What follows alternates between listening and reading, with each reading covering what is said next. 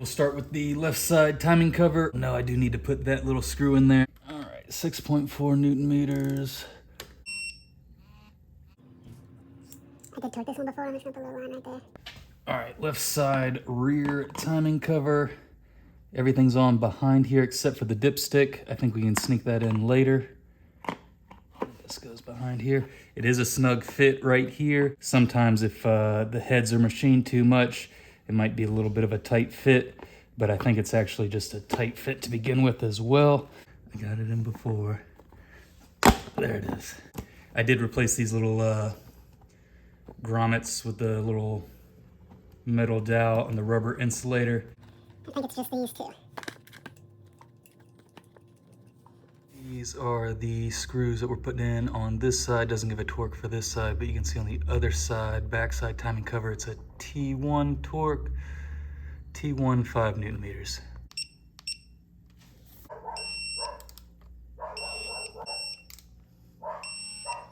Got those two in, torqued, marked. This one actually goes in as well. A little gasket behind there. Meters. Alright, now for the other side. Maybe we have 1, 2, 3, 4, 5. And this one's probably stripped out.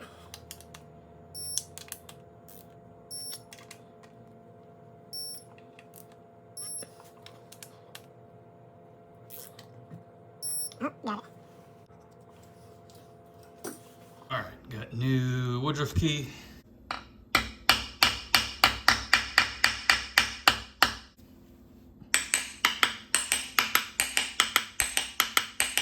All right, woodruff key was pretty snug. I was able to just tap it in a little bit to get it seated. Used a punch to get it closer to where it needs to be, to where I could get the crank gear on. Did just have to give some light little taps on the crank gear on the top and bottom just so it slowly slid on. I just got a little socket to tap it the rest of the way. You can see the key right there, but we are real snug, so that's good. All right, just put the crank bolt in here so we could rotate this, get it at top dead center. All cams are installed with the camshaft lobes pointed up, so there shouldn't be any valves in the down position. So we're good to spin the motor, or spin the crank, I should say, with the pistons. And we're looking for this mark on the gear, that mark on the back of the gear, and then this mark. All right, next up is the cam gears. We broke this cam gear trying to get the cam bolt off. Cracked it real good. Got one from a friend. He gave me 3 of them. This was one good one. The other ones are kind of tripped up, so we're just going to reuse these old ones. They're all marked: right exhaust, right intake, left exhaust, left intake. Mangled this bolt trying to get it off, so we got a new OEM cam gear bolt. Now we do need to make sure that everything is in line. We do have the crank aligned with the marks. So let's go ahead and get started here. Right side intake. You can see we got a little bit of movement in the cams. That's because all the lobes are pointed up. We got that little bit of adjustment. We can get these kind of close. You can see there. Let's go to the left-hand side. Cam side exhaust. Oh, right there. Then we have the left side intake. New cam gear bolt right there. All right, for the idlers, for the 2 smooth idler pulleys straight from China, we got the 811-0360, those 2 bolts. For the tooth idler gear, we got the 811-0240, and then for that skinny idler, we have the 800-70-8460. I did put just a little bit of Loctite on here.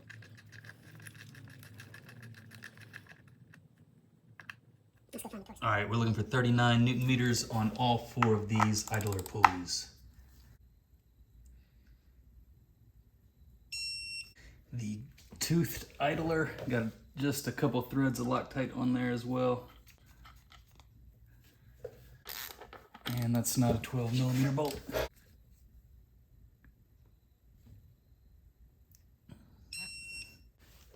Got a couple threads of Loctite on this one as well.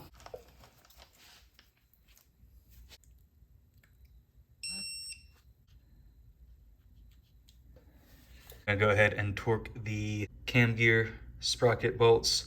You can see here it's T5, scroll down, T5 says reference, page 55. All right, installation, install the cam sprocket. To lock the camshaft, use that special tool. We don't have that, so I'm gonna use the belt again and see if I can just do it that way. And then we're looking for 30 Newton meters and 45 degrees. All right, gonna start with the right side intake. I'm gonna rotate the cam gear counterclockwise so that when I wrap the belt around it and I'm tightening it, if it does move at all or slip a tooth, it won't press down any of the valves. All right, so I can't get the belt through here, so I am going to remove this temporarily so I can get the belt around this cam gear. There's a little ledge right there. No ledge on the outside of this one, so I can slip the belt through right there after the intake gear is installed.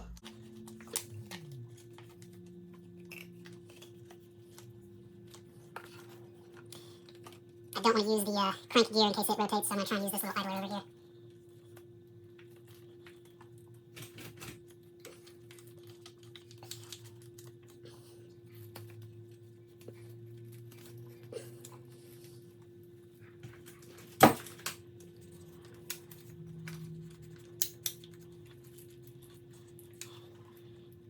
Alright, that might hold it. Let's see what happens. Comes with special preparations for the bolt, like Loctite or anything like that, so we're not going to put any on because these are pretty hard to get off. That's 31 Newton meters. Now we need to go 45 degrees. I do have an angle on this torque wrench. 45 degrees, so straight up and down or straight down. 90 degrees will be here, 45, somewhere around here. Let's see if we get close without the belt slipping. Of course, the angle on the torque wrench messed up, but good thing we eyeballed it. We're close. I'm going to get just a little bit more.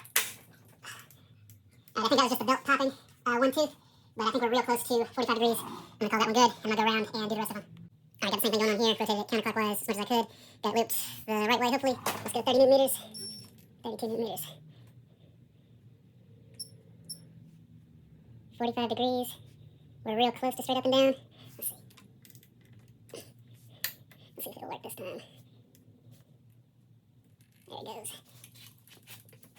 44. 45. Alright, same thing for the other side. 30 Newton meters. 32. Angle 45, we're almost directly to the right, so hopefully that'll be easy to see. Oh, tip it over. And I'm messing up the belt. 33.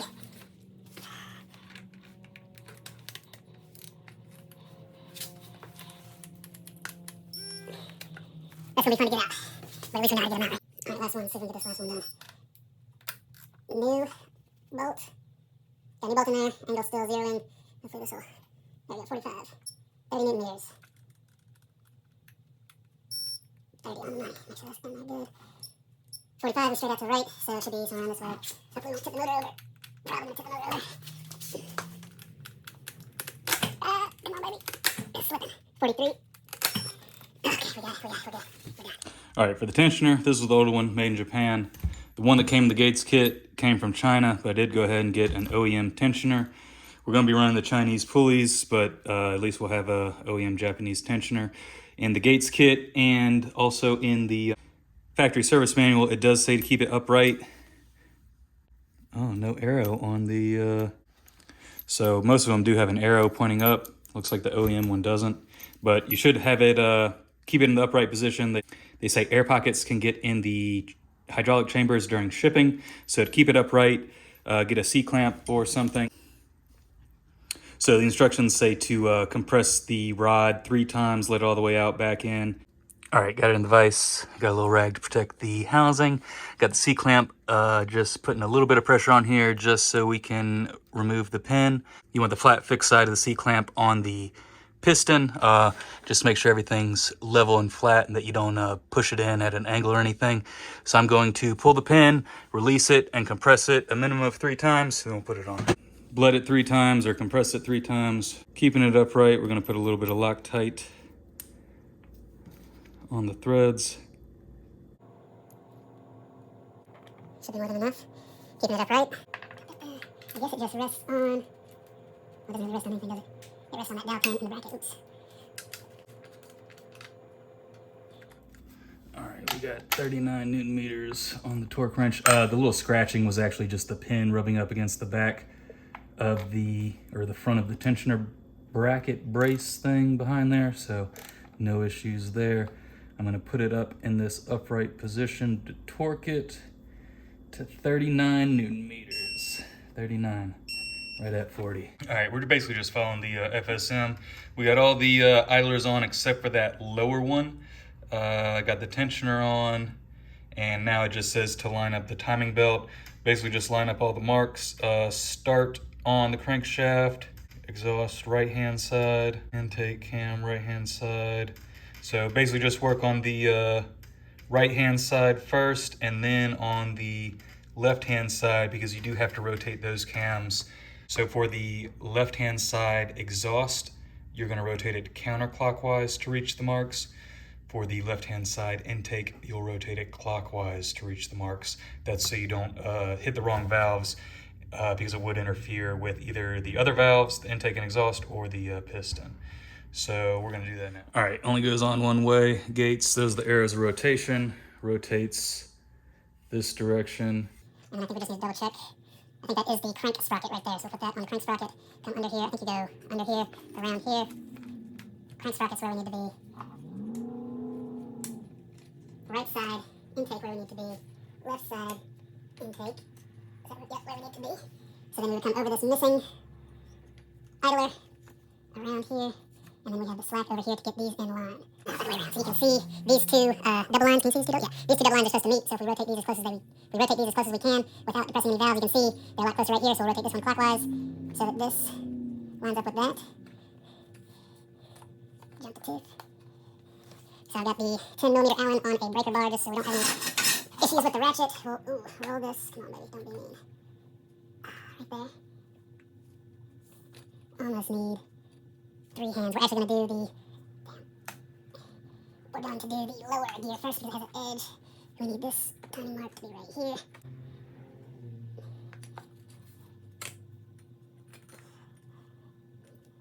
Man, these are tight. What the hell? You know what I've seen people do? I've seen people use clamps to hold the belt on gears. That might end up what I would be doing. Let's see. Stay, stupid son of a bitch. Get this on. This will be awesome. Oh my goodness, I think it's going on. Woo! I think that's what it says to do.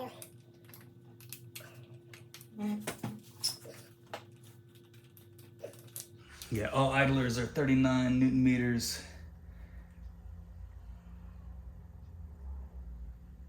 We'll just double check all the marks.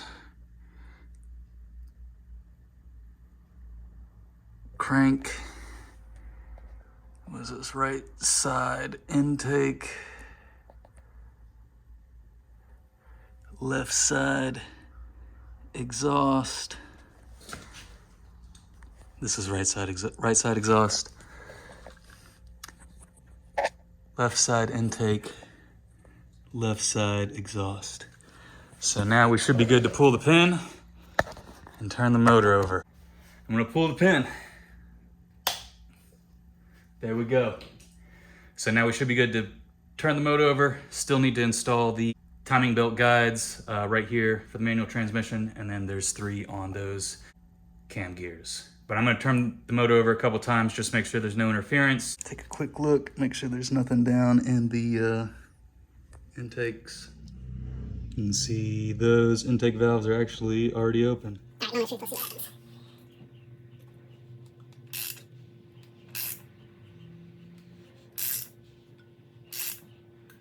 That's 1 crank revolution. That's 2 crank revolutions. Timing marks are all looking pretty good. Got 2 more times. I don't hear any valves hitting. Maybe it's somewhere close.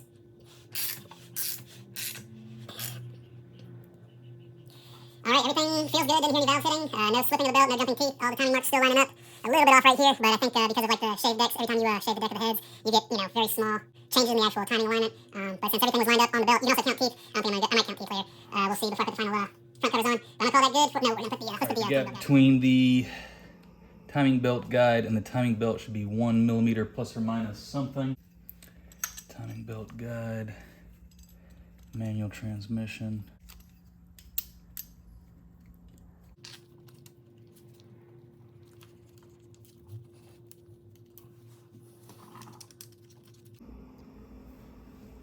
All right, so first time I did it, it was too hard to pull this little spacer out. Checked the FSM and a couple videos. Basically, you're supposed to temporarily tighten the bolts, pull this out, and it falls down. It did look like there was some damage on the top side of this guide, so it could be slightly warped or a little bit out of spec. See, when I tighten it down, it seems like this is really tight. I don't know if it should take this much force to get the shim out. Not a millimeter to me. Let's see.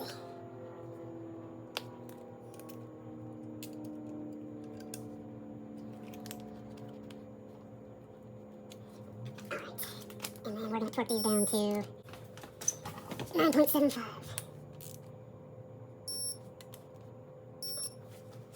See if you can see the gap right there that looks real close to a millimeter. I might see if I can get a shim or something to put in there and just double check. Well, look, we got the shim right here. All right, I pulled it off, adjusted it one more time. I think what the issue is, it's grabbing on both opposite sides. It's kind of pinching the shim tool on the sides as opposed to the top. So it is almost on the maximum adjustment of leaving space, but can't really tell on camera. I think we got real close to a millimeter all the way around, and it is torqued. All right, gonna work on these two, same method. The shim goes in, the tiny belt guide should slide in like that.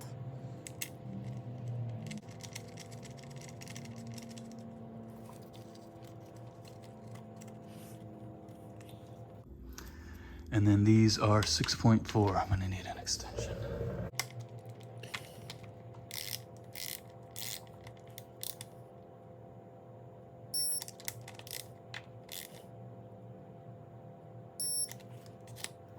Beautiful.